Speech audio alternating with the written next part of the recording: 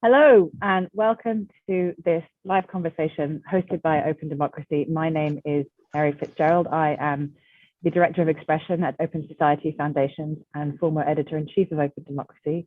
I'm thrilled to have you all here today. The, the ambitious title of this conversation is Social Media Killing Democracy. Two of the best people I can think of to talk to about this. We have Joan Donovan, who is Research Director at Harvard's Shorenstein Center, also a punk rocker who co-invented the beaver emoji, which is something I always say about you, Joan. I've just finished reading Joan's excellent new book. She's the co-author of Meme Wars, the untold story of the online battles upending democracy in America. I highly recommend it. Very, very germane to the conversation today. Thank you so much, Joan, for joining us. We also have Pedro Telles, who wears many different hats, but the one I'm going to mention here is that he's director at Quid, which is a communication and mobilization lab. And he worked flat out on the Brazilian election. So that would be the summary, I think, of your recent history, Pedro. Listen, we've got so much to cover today. I just wanted to start with you, Joan. Tell us what just happened in the US. The coverage of the midterms shows that power in Washington still hangs in the balance. The big red wave that people feared didn't materialize. But it's an interesting situation, and it's a little bit hard to pass at some distance. So what do you take from what happened this week? What does it tell us about where we are with US democracy? Yeah, I think that there was a lot of hand-wringing about, the nature of the election itself in terms of the process.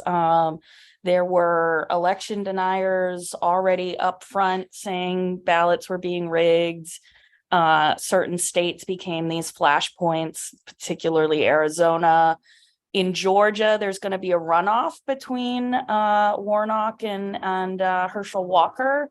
It's not super uncommon for these things to happen, but certainly in 2020, there was also another set of runoffs in Georgia that did not go the way the Republican Party had anticipated, much to do because of the way that, I'm sorry about the beeping, I'm in New York City today, and it's just being New York. So in Georgia, there's going to be this runoff. And so and the way that the runoff went last time in 2020 was really imperiled by the fact that the election happened on January 5th. We knew that January 6th was going to be a big deal. So we don't really know what's going to happen in a few of these elections. A MAGA firebrand, Lauren Boebert, is now just mildly behind, maybe 50 votes separates her and the person ahead of her right now. So it's going to take a while. That kind of closeness triggers an automatic recount. And so there's a lot of things that are going to be unsettled for some time in the US. But I think the expectations that there was going to be rigging, that there was going to be shenanigans around mail-in ballots were largely unfounded. And the results are fairly within the polling. What strikes me is how close some of these races are. It does show that the US is very polarized on these candidates. It's different if someone's winning, 75% to 25%, but we're talking about, 49 to 51% margins in certain states. It does show that there's a big gulf between different factions and different parties. I think in terms of misinformation, the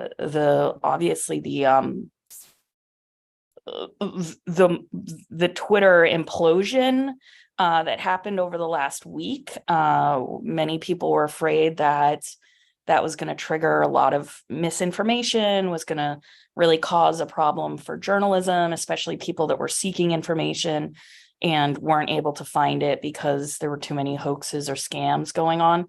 That has stayed at bay for the most part. We only see this one election conspiracy coming up that's around this mysterious drawer 3. Tons of intrigue, right? But it's basically what happened was there was some issues with the machine. People voted the votes got put into drawer 3, they got counted. But this like idea that this was completely planned or rigged is something that we're now starting to see bubble up. But the one thing I'll end on this that's important to know about conspiracies is that they don't, if they do resonate, they don't tend to happen very quickly.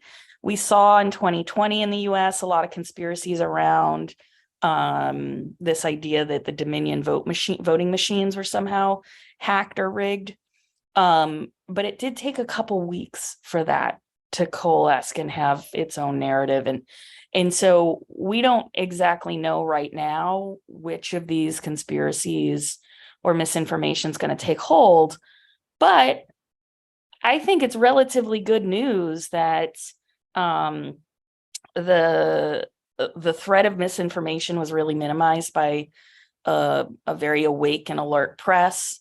The social platforms, including YouTube and Facebook, didn't seem to be, even if there was election misinformation going on the platforms, it didn't seem to be affecting turnout.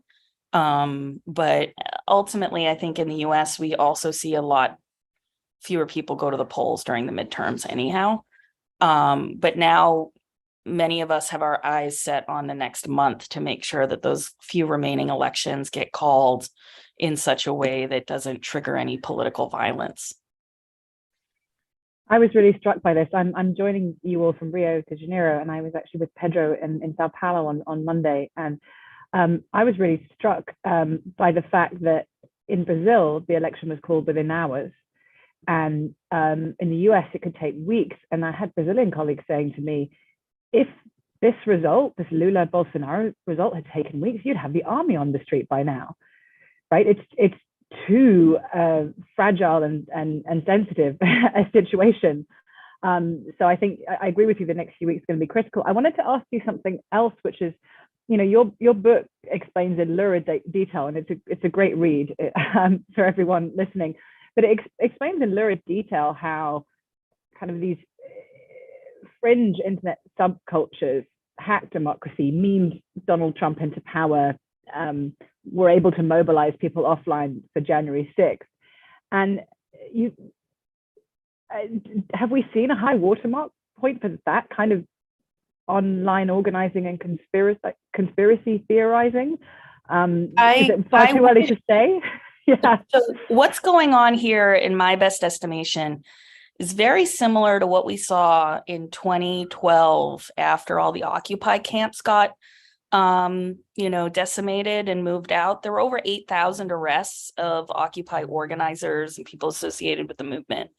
So what we're seeing right now in MAGA is a period of abeyance where they're getting their infrastructure back in order. Some of the most loyal, generals in the meme war are caught up on charges. We've got Bannon caught up on charges. We've got Stuart Rhodes and the Oath Keepers, folks from the 3%ers, folks from the America First movement. Alex Jones just suffered a big fine of $1 billion, which makes me feel like I'm Austin Powers every time I say like a number that big, right? It almost doesn't feel real, right? Like, who's going to make him pay $1 billion? Like, that seems insane. And so, I think that right now, those folks that were at the helm of this, that led the charge, are now suffering the consequences of doing Trump's bidding. And I do wonder, though, over the next 2 years, how that's going to unfold in terms of the flashpoint around this next election. If the Republicans can mount a challenger to Trump, remains to be seen. But I think right now, when it comes to the meme wars, where we see it happening most fervently is actually in the culture wars. In the US, there's been this very large anti-trans movement that is anchored in Twitter, that has created what some are calling at the lightest sense, harassment, but in the starkest terms, a kind of terrorism around doctors that are providing gender affirming care. And so that issue of, trans people's right to exist wasn't on the ballot as fervently, I would say, as, a woman's right to choose was, which may have been the thing that stopped the red wave from happening. But nevertheless, when you look at where the meme wars are being fought right now, it's definitely on these culture war issues. So they're in abeyance. Stay tuned would be the summary. Speaking of abeyance and stay tuned, Pedro, I spent some time with the hardcore Bolsonaristas that have been protesting outside army headquarters in Sao Paulo this week, asking for the army to come in and save Brazil. I was curious to hear both your account of how the pro-Bolsonaro coalition was defeated, why it was so narrow, what you take from both the result and the organizing that went into it, and where things go from here. Great. I think the result of Brazil's elections teaches us two lessons. One is that we can be hopeful. We can't beat them. I mean, democracy won in Brazil as democracy won against Trump in the US a couple of years ago. But of course, it won a battle. It didn't win the war. It's still ongoing. It's still happening in the US. It will continue to happen in Brazil. And at the same time, I guess the second lesson, okay, one is to be hopeful. But the second one is, I think we once again underestimated the capacity, not only of Bolsonaro himself, but of the far right and of the networks that they've built and of the machines, that what we call in Brazil their hate cabinet, and the machines to spread misinformation, disinformation. It was very, very close. It was like Lula won for less than 2%, which when you have two candidates in practice is just 1%. Because if 1% shifted to the other side, Bolsonaro would have won. And nobody was really expecting it to be that close. If you ask people a few weeks before the election, what allowed the victory to happen, I think, were two things. One, a lot of different sectors in Brazil society got together and organized around electoral campaigning and to ensure Bolsonaro would not get reelected. So of course you had Lula himself, who's a historic leader, like one of the most relevant political leaders in the world for the last decades. He was running again. He has his own strengths. His party is the largest party in Latin America, the Workers' Party. But in addition to that, a lot was done by civil society. There were loads of groups, either fighting misinformation or organizing to ensure to go for a get out the vote campaign. In Brazil, get out the vote campaigns are not normal because in Brazil, votes are mandatory. But the number of people who don't go vote has been growing since we got our democracy back a couple of decades ago. It keeps growing and growing, even though it's mandatory. So there were crucial get out the vote campaigns in Brazil happening. There were also organized groups, both on Twitter and social networks and offline, criticizing Bolsonaro and exposing his problems for a couple of years before the election started. So this victory was not a Lula victory himself, but for his party, it was kind of a societal victory in Brazil. Many different players got together to make sure this happened. And Lula himself recognizes this. In his speech, when he won, he said, "This was not my victory. This was not PT's victory. This was our collective democratic victory in Brazil." Thank you. So what I'm hearing is that social media organizing was a key part of this. It was a key mobilizer. Of course, there was, back in 2018, WhatsApp particularly came under fire for allowing mis and disinformation, pro-Bolsonaro mis and disinformation to spread, and it was seen as a really key contributing factor to the result. This time, you would say, on balance, it was more of a pro-democracy organizing distribution force. And you can also perhaps explain to our audience a little bit about how mis and disinformation was regulated, which I think is very interesting and challenging. Yeah. The Brazil's Supreme Electoral Court, so we have a Supreme Court focused on elections, played a very central and key role in building capacity, structure, and rapid response just bandwidth capacity to ensure both fake news and more broadly, like explicitly fake news and more broadly misinformation was being tackled, and whenever either civil society or especially the parties requested them to take a look at content and requested to be taken offline, they would promptly move in most cases. There was a landmark decision which kind of granted the Supreme Electoral Court head judge, Alexandre de Moraes, the authorization to demand that social networks take down content in 2 hours if it was content with the same type of information that had already been ruled before. Because as you know, certainly in the US and in Brazil and across the world, once you have a piece of fake news or misinformation that flies, even though Supreme Courts or judges say you have to take it offline, in the following day, there's a similar content, which is just a few differences being put out by actors like Bolsonaro or Trumpists or others, just to make sure that the lie keeps going. And Alexandre de Moraes was granted the powers to by himself say this got to be taken out with judges before. So there was a key part played by the Supreme Electoral Court, but they weren't the only ones. I would say civil society was much more attentive, and also parties, on the role that WhatsApp and other platforms play in elections. Lula's campaign in itself had a solid WhatsApp strategy, not as robust as Bolsonaro, because Bolsonaro had been doing this for 6 years or more. But they were looking at that. There were several civil society movements focused on building WhatsApp networks.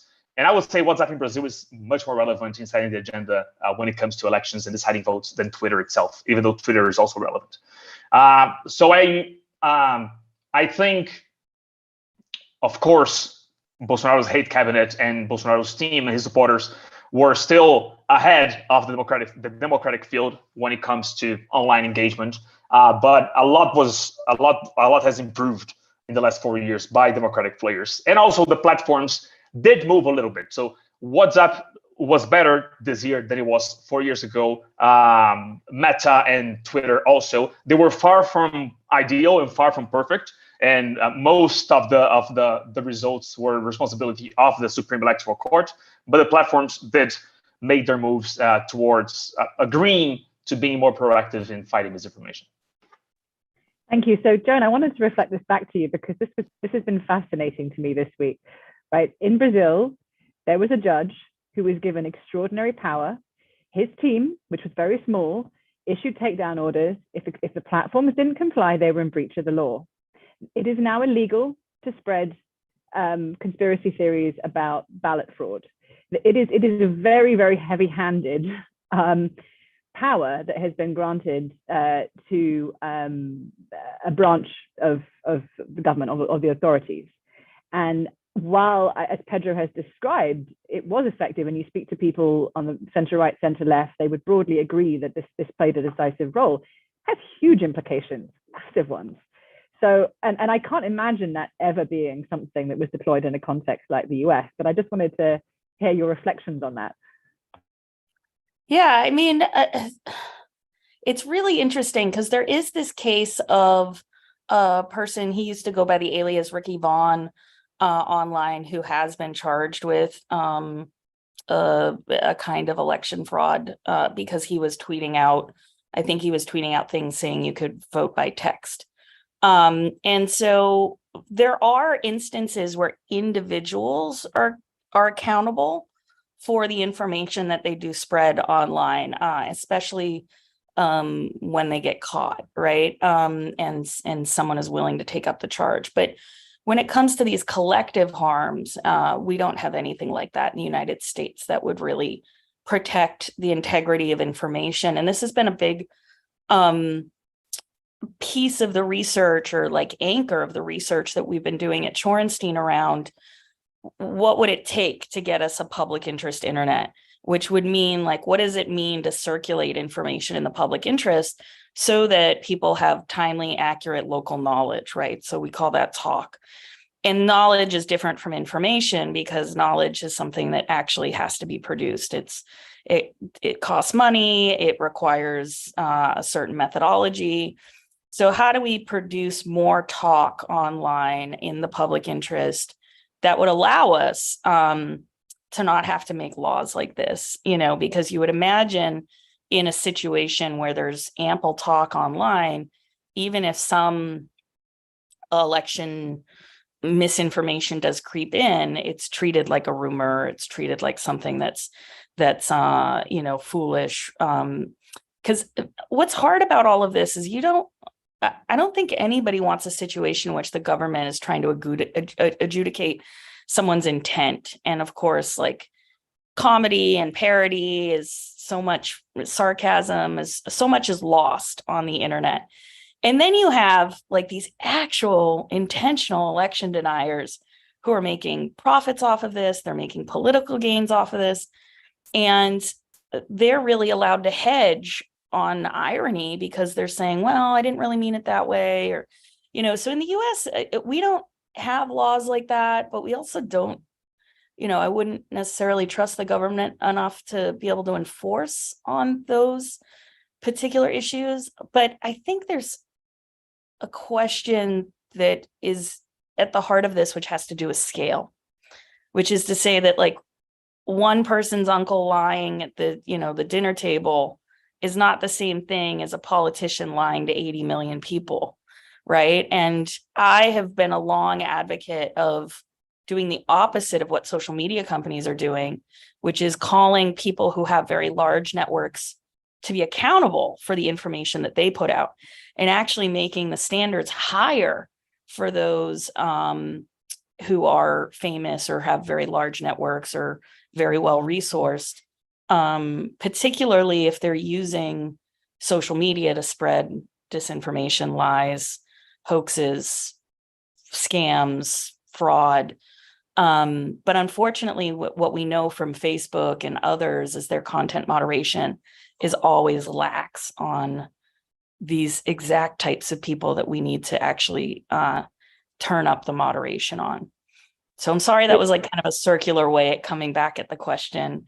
I also wanted to say that, and might be kind of irrelevant or tangential, but there was a contingent of Bolsonaro supporters in Harvard Square the other day, telling people to, go back, check the results, go to these websites, and so just in Boston, there was this strange protest and they were all filming each other. So I imagine part of it was about generating content for the internet to suggest that there's a diaspora that supports Bolsonaro. Yeah, I mean, having been in the US in the run up to January 6th and being here in Brazil right after the election, it is striking how very similar talking points are in Portuguese and English, the same memes, to come back to a word we're using a lot.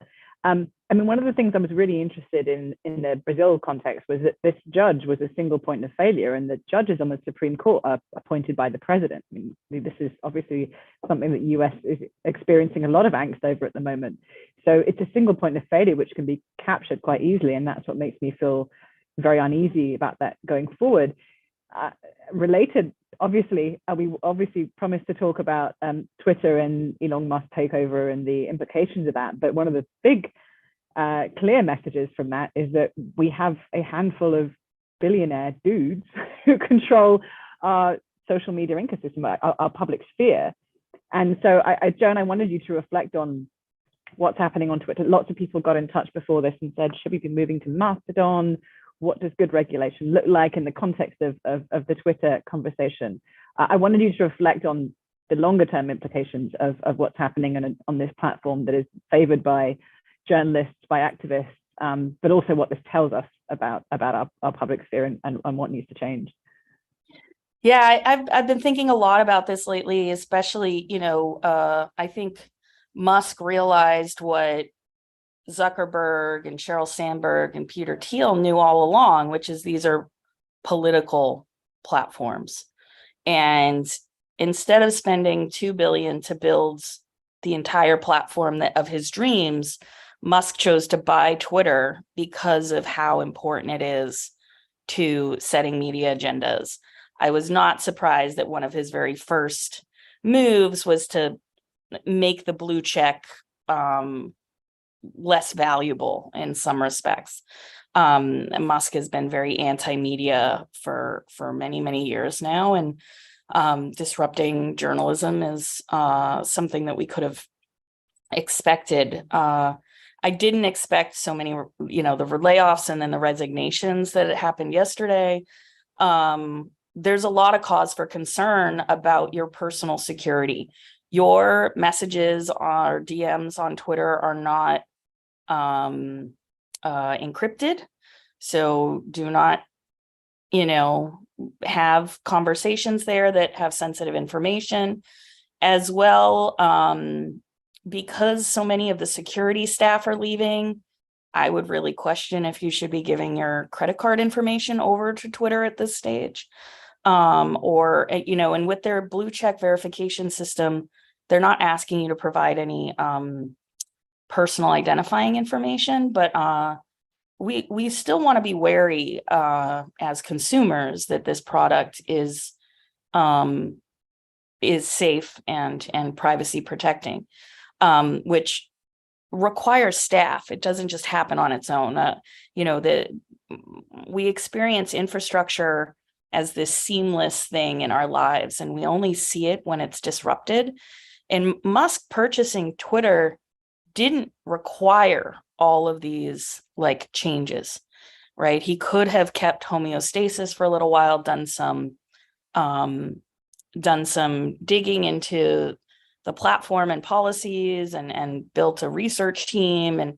But instead, he just seems to be picking things and disrupting them, and people are just running out the door at that company, looking to go other places. So the question then becomes, is there another platform that can fulfill a similar kind of power in society? And I don't think there is. Mastodon is a unique place where there's a couple of technological differences we don't need to get into here, but it's much more of a social network than it is a place for social media, which most people don't know the difference. Social networking is just a place where you post and talk to friends and people that you have in your networks. Social media, which Twitter is sort of the canonical example, it's much more open. Other people can see your posts, other people can react to them, that you can generate a dialogue. Mastodon, there's different boundaries to that, and there's different open and closed systems, and it's definitely not tailored specifically for people to have millions and millions and millions of followers like Twitter is. And so if you like that smaller feel to a social network, Mastodon is the place to go. But I've seen people, some people are going back to Reddit, other people are getting a Substack. I love that people are still being creative and want to have their words published and want to circulate and be part of the conversation. But I think with Musk, what we're learning is that the person who owns the platform creates the conditions under which we have our politics. And if you own one of the most influential, not necessarily the biggest platform in the world, then you own quite a bit of the political landscape. And we've seen Musk really clownishly in some ways wading into Ukraine and Russia, wading into Taiwan.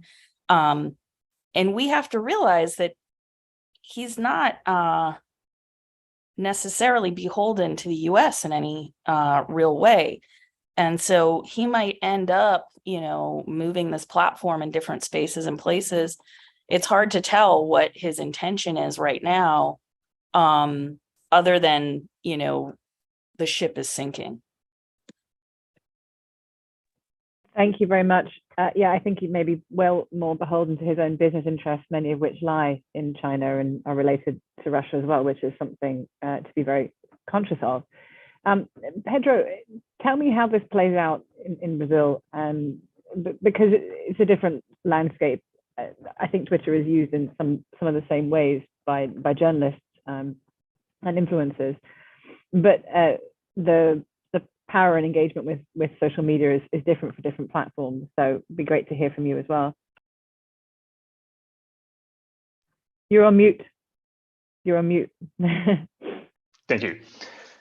Joan got me thinking about two things here, I guess, big picture things. One is, at the same time that we are highly concerned, that we have been highly concerned for the last years on the impact of big tech and social media on our democracies, what we're seeing on Twitter now is actually Twitter moving further away from accountability.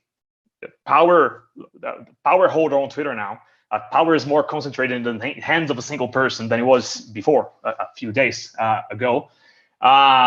You also see a similar situation happening in Facebook, not in terms of a change of ownership, but I mean, even from a business perspective, there are news out now that investors on Facebook are concerned that on the ways the company is going regarding their investments in the metaverse and etc. But Zuckerberg has the power to decide by himself that he should continue to invest in that, even though that's not necessarily beneficial to the investors. So even from a business perspective, there's also a concern.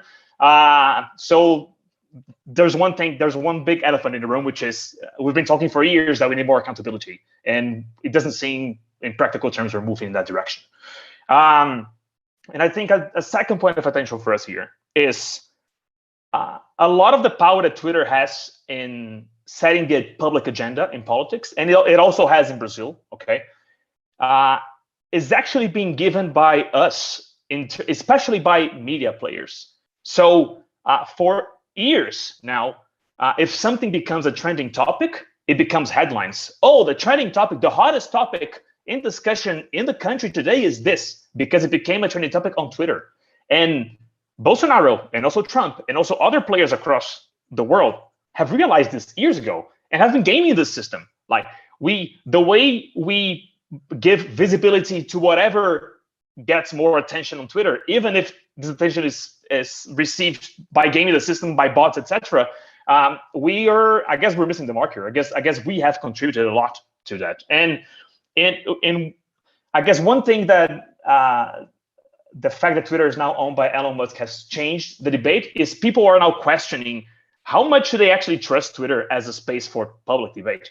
And I guess we should have been questioning this for a much longer time. But I mean, I'm glad we're talking about this now. And we have our own piece of fault in this discussion also, I guess. I think I've been reflecting a lot on you don't know what you have until it's gone, because I was obviously very critical of Twitter in many regards. But actually now that a lot is under question, I recognize how much it contributed to my journalism, people I would have hired, excellent journalists I never would have come across if it wasn't for Twitter. openDemocracy, part of its business model was predicated on engaging people through Twitter, so they signed up for the newsletter, so they engaged with the platform, and actually investigative stories that never would have happened. So for all its critique, I think there's a moment to reflect on what we're probably losing, and what our public space is losing. I also know plenty of journalists, particularly some women journalists, who were harassed and targeted and left the platform, and actually because of the moderation policies that were brought in and the efforts that were made, I'm not saying they did enough, I'm not saying it was by any means perfect, they came back. So yeah, I mean, it's all relative, right? But I feel some sadness and recognize a loss here as well. And I saw, Joan, I saw you nodding in agreement on that. I wondered. Yeah, I mean, there's definitely a generation of us that really benefited from the solidarity and the networks that were built. Twitter has always been a kind of paradoxical product, in the sense that if you think back to 2011, 2012, 2013, 2014, pro-democracy social movements really had a first mover advantage with those early social media platforms, Facebook as well. I'm thinking here of the Indignados movement, 15M, beyond just the Arab Spring, the movements in Brazil. And I mean, there was a lot of solidarities that were built, a lot of networks, some of my favorite posters are people that come from that era of my life. And here we are, a decade later, the ownership has changed. Politicians have flooded the platform, marketers, foreign operations, disinformation. And I think that comes with learning how to use a product and then us kind of figuring out what the fault lines are of that product and what the danger of technology that doesn't have any guardrails, that doesn't have any assurances, that doesn't have any protections for consumers. That's what we're up against, where it would be great if we had some regulations that allowed us to take our data from these platforms and put it into other platforms so that we could have, and Mastodon has this feature now where you can upload your Twitter followers and have them follow you back if you are already on Mastodon, which is new. That the phrase, it's a scary word, interoperability, because it's really long and nobody knows what it means really. But it essentially is just the things I do on this platform work on this other platform. And that would be really good if you didn't lose your posting history, if you didn't lose your networks, if you didn't lose your meme bank, and you could move all of your data to another platform. And in the US, there have been a few nascent bills that haven't really gotten the attention they deserve around data interoperability. And that's another way that people could regain some control of these platforms if there were regulations put in place. It might not have to happen in the US. It could start in Ireland, for instance, where these companies have their headquarters. But these are open questions, and it's really going to come down to mostly, I would say, journalists and activists to be the ones that set the pace and the tone for that kind of reform agenda. You warmed to one of my favorite themes, interoperability, and you also explained it far better than the word does. I do see a real opening there for those kinds of conversations as people want to take control of their history, their networks, their engagement, and their memes. Because you're very critical of memes in your book, right? You talk about how memes have really destabilized and undermined democracy in some ways that are very, very convincing. And I would recommend people read the book, but a meme can organize, it can announce your position, it can signal that you're part of an in-group, and it can lie or it can skirt over really, really inconvenient truths or vagaries. So, make America great again. When was it great? Who was it great for? Yes. How do we get back there? Or take back control from who? For what? When? Right? Yes. There's so much. It is a sharp identifier, and it is also a sort of a unit, a powerful unit of misinformation and deception. So again, one of the things that people asked before this call was, can memes ever be good, right? Can memes be organizing forces for progressive, kind of pro-democracy ideas and movements? And Pedro, this is something you've done a lot of work on, so I'll ask you to come to this first, and then Joan. Yeah, I guess I can come up with a case study. I think if we discuss should memes, are they good or not? Should they exist or shouldn't they? They're here. They will continue to exist. They're powerful means of communication. But of course, we got to learn. I guess they're not only for memes, but for everything that we're facing is with challenges in communications and engagement for politics. There are two things we got to do at the same time. On the one hand, people who stand for democracy have to do better. We have to learn. People who are trying to take democracy down have been doing a better job over the last years than us in understanding how do you produce content, how you distribute content in today's world. We got to do better. We simply, and there's a lot actually to even learn from them. And of course, not mimic. There are loads of problems in the way to do it, but there's a lot to be learned. And at the same time, we need regulation, of course. Like for the things that go beyond the limits, that are unethical, that are criminal, we need proper and better regulation around those things. But when it comes to can memes be used for in favor of democracy? Absolutely, of course. And I guess the best case study I would say from Brazil this year was In Brazil, you can vote when you're 16, but you're only obliged to vote when you're 18. So between 16 and 18 years of age, it's voluntary. You can decide you wanna get your voter registration. And the numbers for young people who would get a registration had been going down for more than 2 decades. So each new election, there's a smaller number of young people just getting their voter registration when they are 16. There was a huge campaign. Quid, the organization that I'm a director, was one of the organizations pushing for this with others, focused on changing the tide and making sure that we would actually start getting more young people and reverse the trend on the number of young people getting their voter registration. This campaign was heavily centered around memes, paid, organic online media, paid online media, and influencers. So the three things at the same time. And a lot of the content was memes, and we did it. So we not only changed the tide, not only for the first time in more than 2 decades, more young people got registered, but we changed in a very substantial way. Like, it was a very big jump from what happened in the last election. And memes were a key, if not the central part of this campaign, and it worked. Well, congratulations. I've been hearing a lot about that youth mobilization and how it was a really key part of this really close election. So I wanted to just validate that. I know that memes are very language specific and they would have all been in Portuguese, but are there any that you could point to that were powerful that sort of translate somehow?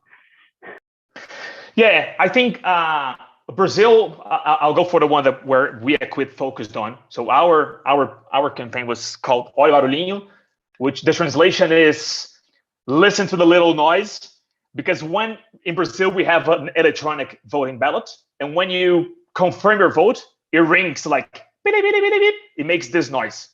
So olha o barulhinho is like pay attention to the little noise in a rough translation, and that was the name of the campaign. And there was a jingle and loads of like short videos. It was turned into a funk music. And like people were like, olha o barulhinho, dancing, and like celebrities and students in their schools dancing, and like I'm gonna vote. So this became a trendy thing. It became a meme, like the sound, the song, and etc. I guess that's an example very deeply connected to democracy itself and to the act of voting. Thank you for bringing the joy. Over to you, Joan. Yeah, I think, in terms of memes doing good work, I was really impressed by the meme campaign in Ukraine about St. Javelin.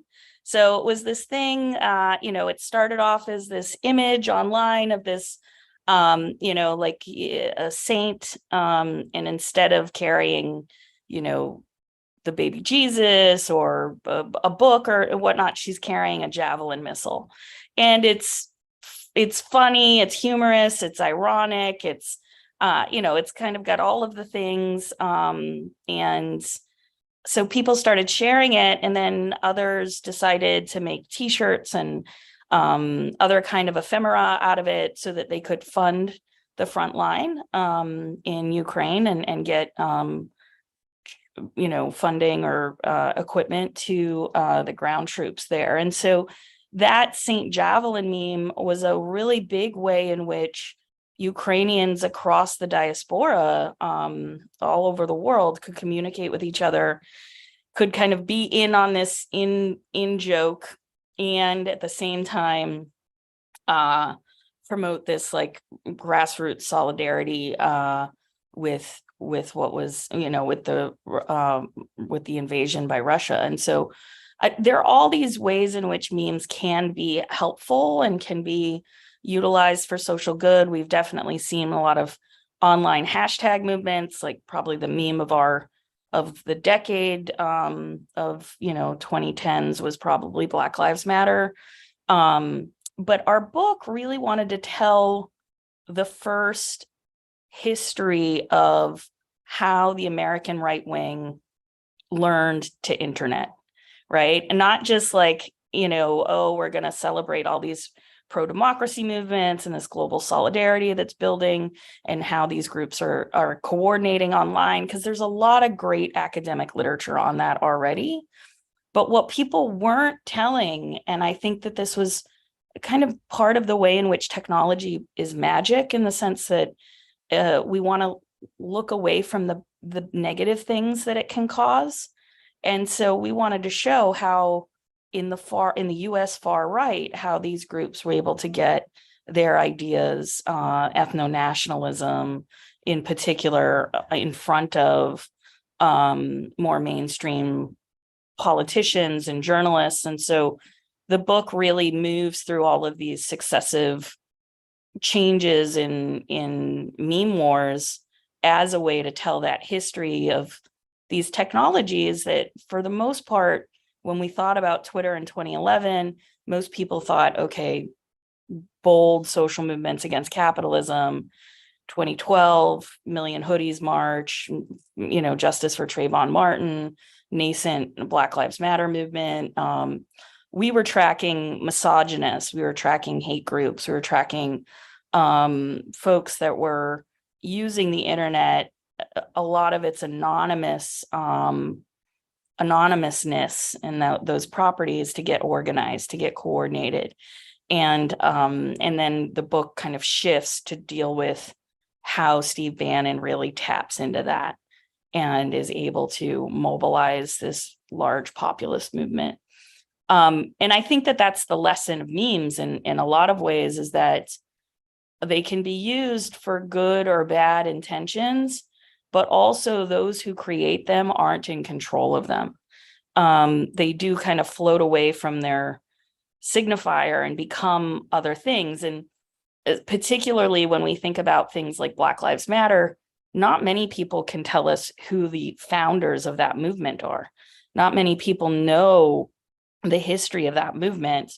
And depending upon how you're using memes about it, you might be very aggressively anti-Black Lives Matter, but are still participating in the memes and in the discourse about it. So over the last 10 years, we've seen these shifts in the left really knowing how to use memes and indie media, and then the far right, not just the right wing, but the subject of the book is really the far right, learning those lessons a couple years later, and then activating them, which leads to the insurrection. Yeah, I think it's very telling that a number of the insurgents on January 6th wore T-shirts which said things like "Veterans of the Meme Wars." It was there in plain sight, right? It was quite striking and extraordinary. I mean, reading your book reminded me of the books I had to read in university about the French Revolution, where each successive wave got more and more extreme, and the self-styled leaders were overtaken by events.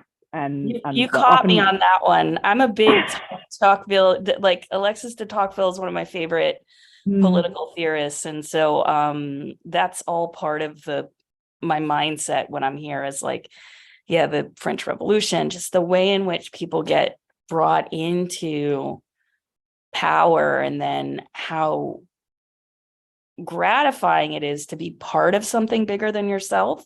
But also in some ways, like, and I think the US has really gone off course here, where the same affordances that we celebrate in our Constitution about free speech and openness are the very things on the internet that are being weaponized and turned against the free society.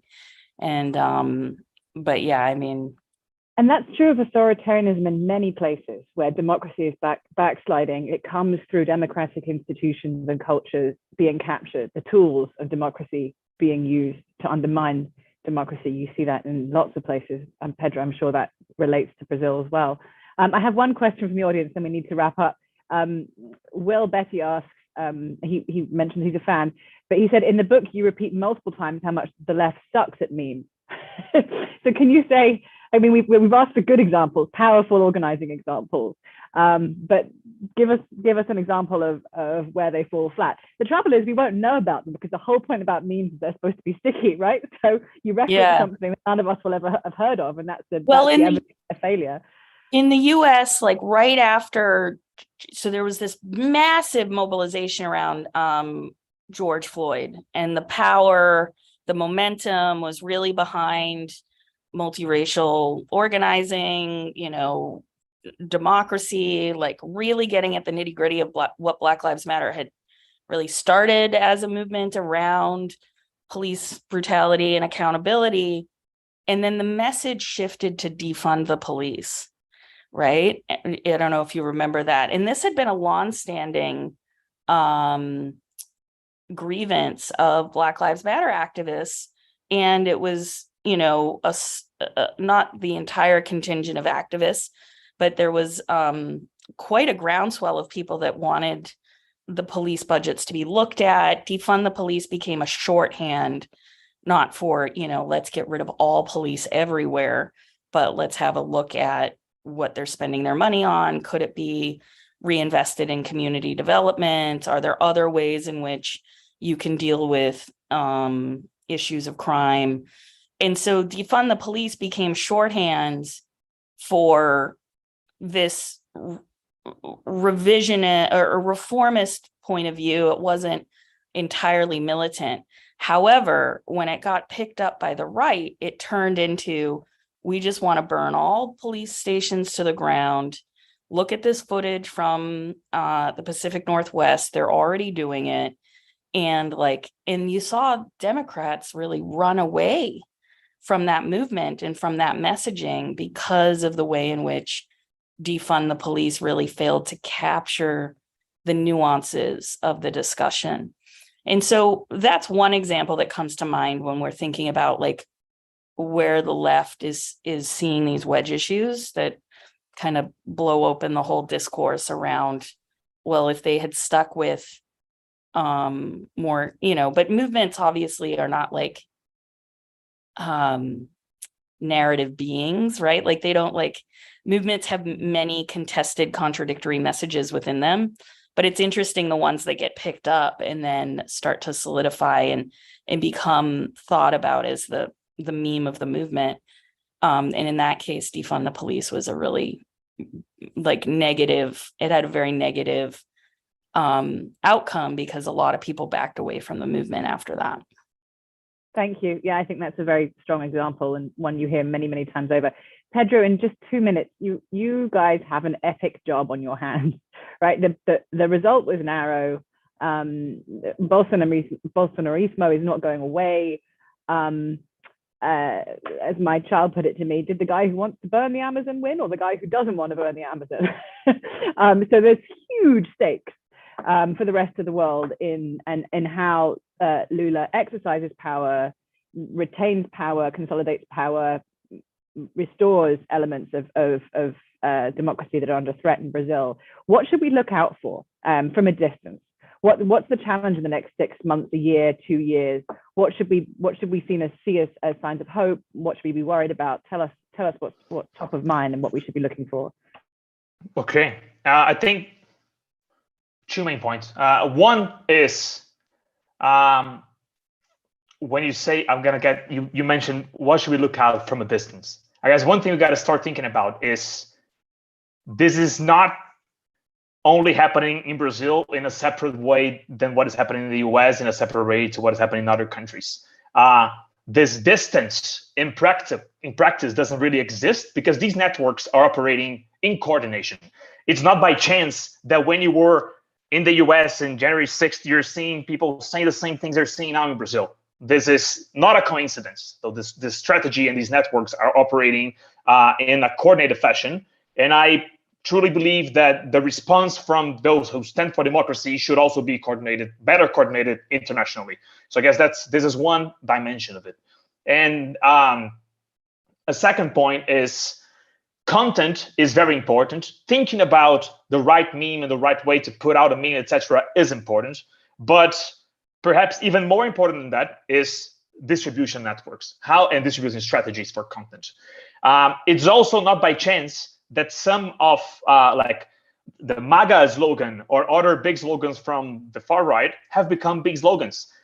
There's a lot of strategy going into how do you build distribution networks that will make sure that message will put out as strongly as possible in a repetitive way to a large audience. There's all strategy behind this. And I guess there's a lot of good content out there. If you do content curation, I'm sure there are loads of memes that if you put into the right distribution strategy will become huge memes, but just didn't get traction. And I guess we still don't give enough attention to distribution and decentralized distribution networks when it comes to standing for democracy and democracy ideals in the way that the far right has done for their ideals.